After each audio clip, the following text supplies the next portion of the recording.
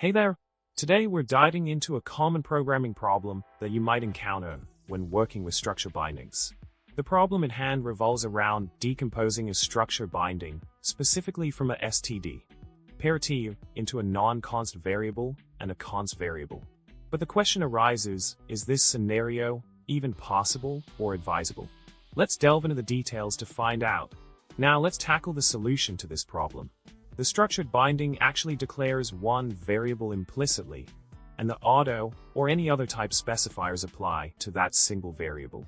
In the provided solution code snippet, the std parent in named and example pair is accessed using std get to assign separate non-const and const variables to its elements. Remember, the names introduced by the structured binding act as references to the elements, but the const qualification may depend on the tuple interface of the type. It's essential to comprehend this intricacy when working with structure bindings.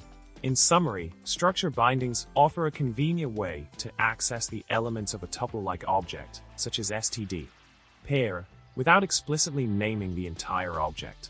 However, the const qualification handling can sometimes be nuanced, so it's crucial to grasp how it interacts with the structured binding syntax. Remember, when dealing with structure bindings, clarity and understanding are key. That's all for today. If you enjoyed this video, make sure to subscribe, smash that like button, and drop a comment below. Until next time, happy coding!